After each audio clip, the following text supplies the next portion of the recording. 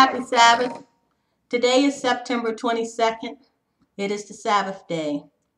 Today I'm going to be talking about the commandments and what sin is. Sin is the transgression of the law.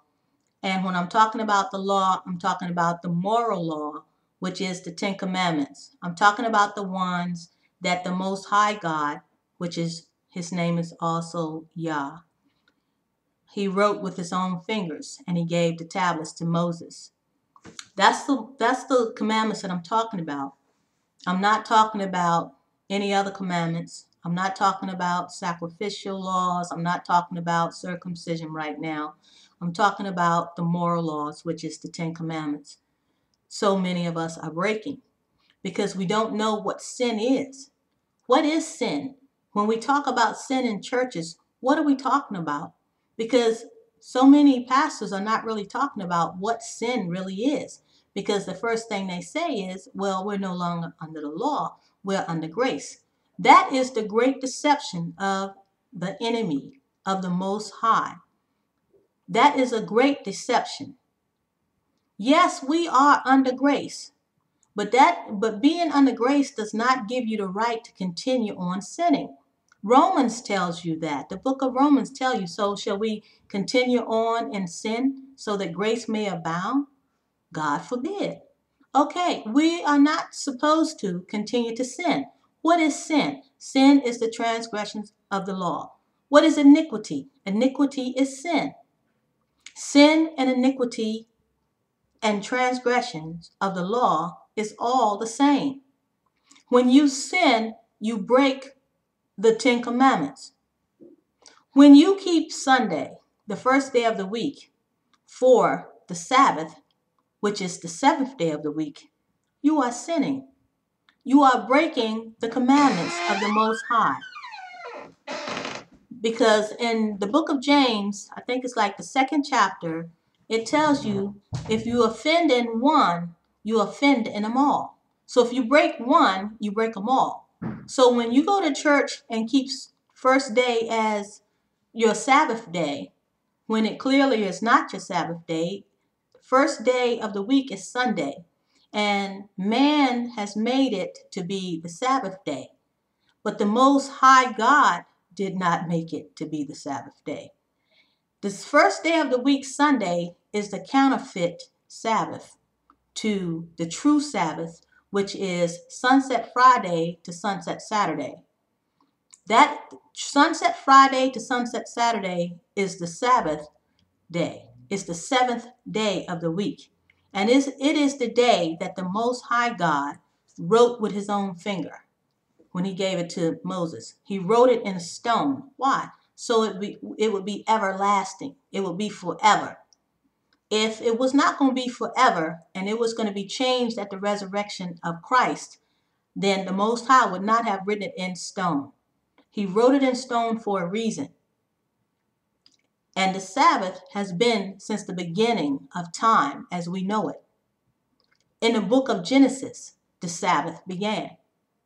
The Most High rested from all his work that he had made, and he sanctified and he hallowed the seventh day, which is the Sabbath. He did not sanctify, he did not hallow the first day of the week, which is Sunday. But the Most High's enemy and our enemy, which is Satan, who used to be Lucifer, okay, he duplicates or imitates everything that the Most High does. He wants to be like the Most High. He says it in the Old Testament that he would ascend up into heavens and put his throne above the Most High's, because he would be like the Most High. So by him saying that, he would definitely work through men who are willing to be used by him to think to change times and seasons. That's what the book of Daniel says. I think it's the 7th chapter, around about the 21st verse. He would think this to change times and seasons and laws. Times and laws. He would think to change times and laws. Maybe not season. I might just threw that in there. But read it for yourself. Constantine, the emperor, the Roman emperor, He is the one, excuse me, he is the one who actually tried to institute Sunday for Saturday as our worship day. You need to check your history a little bit and find out more about that. But, and also, the mark of the beast that is going to come up on this land is going to be received through the Sunday uh, worship when Sunday becomes a national law to observe. And that's going to be throughout each country and throughout all the lands. Sunday will be made into a national law as a day of worship. And for those who continue to go to church on Sunday, when Sunday becomes a national law of worship, you will receive the mark of the beast um, through that. Not that Sunday itself is the mark of the beast, but people who honor Sunday by keeping it as the worship day when it becomes a national law, you will receive the mark of the beast through that. And the mark of the beast, which Revelations talk about, you will receive in your forehead or in your right hand. It is not, to my knowledge, that RFID chip that's being implanted into children down in Texas and in Kentucky. But even though it's not, I still wouldn't want my children to be tagged. But that's just me personally. They started off tagging, dogs. So when dogs got lost, they would be able to track them. So now they're trying to do it with our children. I still wouldn't have my children tagged, but that doesn't mean that that is the mark of the beast.